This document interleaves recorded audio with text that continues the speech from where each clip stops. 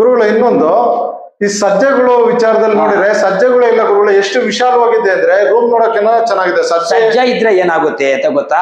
ಇಲ್ಲ ಗುರುಗಳು, negative energy creative ಅದು ಜಾಸ್ತಿ ಆಗುತ್ತೆ. ನೆಗೆಟಿವ್ ಎನರ್ಜಿ ಕ್ರಿಯೇಟಿವ್ ಆಗುತ್ತೆ ಗುರುಗಳ. ನೋಡಿ ಯಾವ ಕಡೆನೂ ಸಜ್ಜ ಇಲ್ಲ. ಹೌದು. ಯಾಕೆ ಅಂತ ಹೇಳ್ತೀನಿ ನೋಡಿ. ಯಾಕೆ ನೆಗೆಟಿವ್ ಎನರ್ಜಿ ಕ್ರಿಯೇಟ್ ಜಾಸ್ತಿ ಆಗುತ್ತೆ ಟೆಲ್ಮಿ? ಎಲ್ಲ ಅನ್ವಾಂಟೆಡ್ ಐಟಮ್ ಎಲ್ಲ ಹಾಕೊಂಡಿರ್ತಾರಲ್ಲಿ. ಹೌದು ಗುರುಗಳೇ, ಸಜ್ಜೆ ಮೇಲೆ ಅನ್ವಾಂಟೆಡ್ ಐಟಮ್ ಹಾಕೊಂಡಿರ್ತಾರೆ.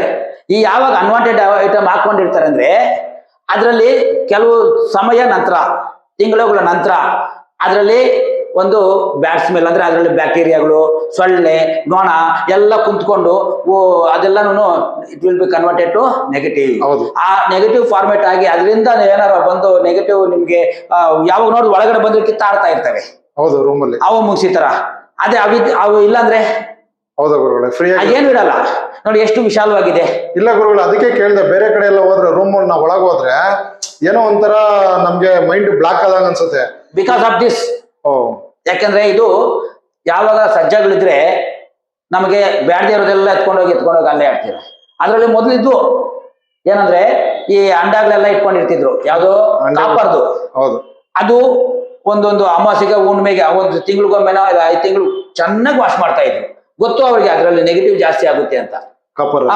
ಎಲ್ಲ ಮೆಟಲ್ಗಳು ಅಷ್ಟೇ, ಹಿತ್ತಾಳೆ, ತಾಮ್ರ ಯಾವ್ದೇ ಆಗ್ಬೋದು, ಯಾವ್ದೇ ಎಲ್ಲ ವಾಶ್ ಮಾಡಿ ಇಡ್ತಾ ಇದ್ರು.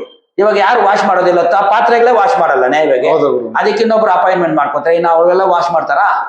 ಮತ್ತೆ ಇವಾಗ ನೋಡಿ ಇದು ಪ್ರಶಾಂತವಾಗಿದೆ, ಕೂಲ್ ಆಗಿದೆ, ಎಷ್ಟು ಚೆನ್ನಾಗಿದೆ ನೋಡಿ. ನಾವು ಫ್ಯಾನು ಹಾಕಿಲ್ಲ, ಬರ್ತಾ ಇದೆ ಗಾಳಿ ನೋಡಿ. ಸೊಳ್ಳೆ ಮೆಸ್ ಬೇರೆ ಇದೆ, ಯಾವ್ದೇ 24 ಅವರ್ ಓಪನ್ ಇರ್ತಲ್ಲ. ಇದೊಂದು ಆರಾಮಾಗಿ ಅಲ್ಲಿ ಕೂಡ ಸೊಳ್ಳೆ ಮೆಸ್ ಜೈ ಅಂತ ಹೋಗ್ತಾ ಇರ್ತದೆ ಗಾಳಿ.